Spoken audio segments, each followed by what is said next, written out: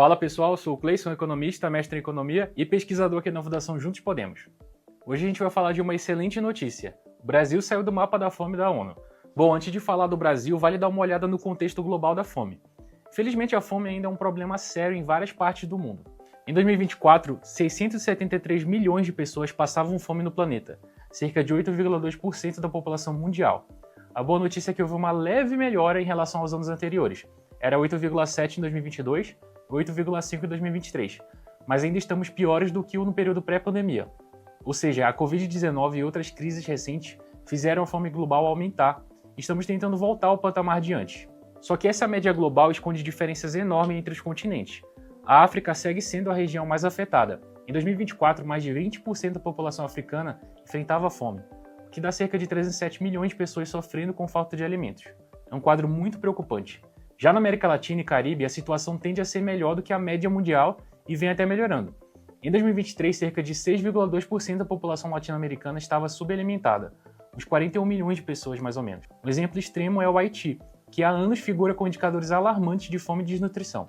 O outro caso é a Venezuela, onde a crise econômica e política da última década resultou em aumento de insegurança alimentar.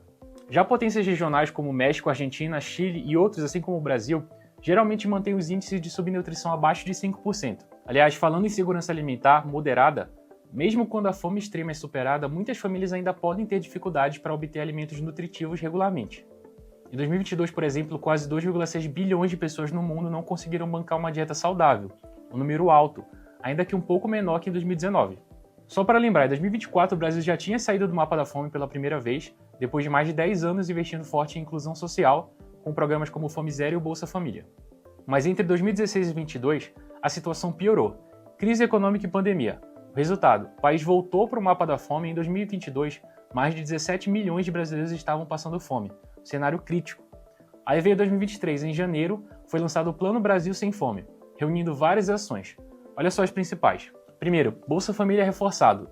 Voltou com esse nome e com valores maiores, incluindo benefícios extras para famílias com crianças, incentivando escola e nutrição. Esse dinheiro na base da pirâmide ajudou a matar a fome e ainda movimentar o comércio local. Segundo, PAA, Programa de Aquisição de Alimentos. O governo compra comida da agricultura familiar e distribui para escolas, creches, cozinhas comunitárias, ajuda o produtor e alimenta quem precisa, um ganha-ganha. Terceiro, merenda escolar reforçada. As escolas passaram a oferecer refeições mais nutritivas, com mais verba e produtos locais. Para muitas crianças, essa é a principal refeição do dia. Isso também alivia o orçamento da família. E por fim, crédito e apoio ao pequeno agricultor. O Pronaf foi ampliado com mais crédito, assistência técnica e incentiva a produção de alimentos básicos, como feijão, mandioca e leite. Ajuda a manter o trabalhador no campo e barateia os alimentos para todo mundo. Além de tudo isso, a gente teve um ponto econômico, que foi o aumento do salário mínimo real. O mínimo subiu acima da inflação em 2023 e 2024. Um ponto importante, muita coisa que voltou a funcionar já existia antes e tinha dado certo. O Brasil tem histórico de boas políticas sociais, reconhecidas lá fora inclusive.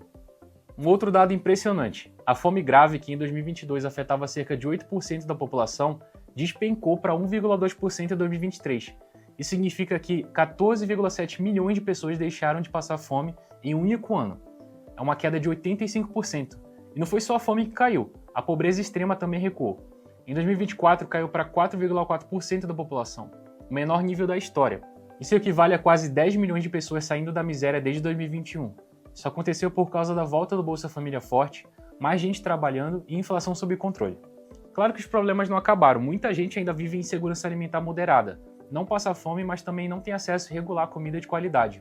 Além disso, as desigualdades regionais continuam grandes. No norte e no nordeste, os índices de pobreza ainda são bem mais altos que no sul e no sudeste. Muita gente ainda depende de políticas públicas para ter o básico, e qualquer crise econômica, climática ou política pode jogar esse avanço por terra.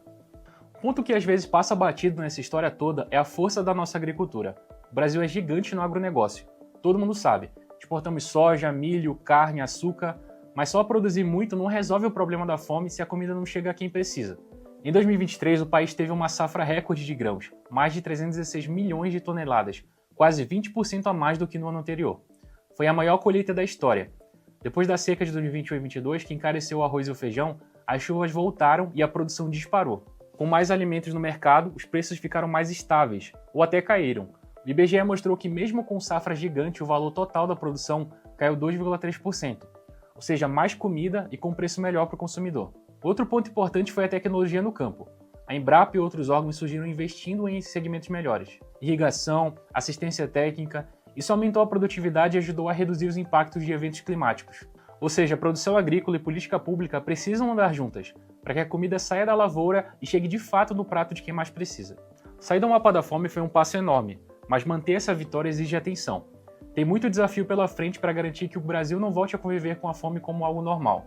Vou citar alguns pontos importantes. Primeiro, manter as políticas funcionando. A gente viu que programas como Bolsa Família e a merenda escolar deram resultado. Agora o desafio é manter tudo isso firme, com orçamento garantido e melhorias constantes, independentemente de quem estiver no poder. Se essas políticas forem desmontadas, a fome volta, como já aconteceu antes. Segundo, geração de empregos e renda. O ideal é que menos gente dependa de auxílio e mais gente tenha emprego de verdade. Ou seja, é preciso continuar crescendo, criando vagas formais, com carteira assinada e capacitando a população para ocupar esses postos. Isso vale principalmente para o Norte e para o Nordeste, onde a pobreza ainda é mais concentrada. Terceiro, estar preparado para crises. Ninguém esperava a pandemia ou a guerra na Ucrânia. E o clima está cada vez mais instável no mundo. Secas, enchentes, geadas, tudo isso afeta a comida no prato. Por isso o país precisa ter planos de contingência, estoques estratégicos, irrigação no campo e seguros para produtores. A ideia é, se vier um baque, a gente não volta para o fundo do poço. Porque no final das contas, crescimento econômico de verdade é aquele que chega na mesa do povo. O resto é ilusão. Por hoje é isso, pessoal. Obrigado por acompanhar até aqui e até o próximo Economia em Foco.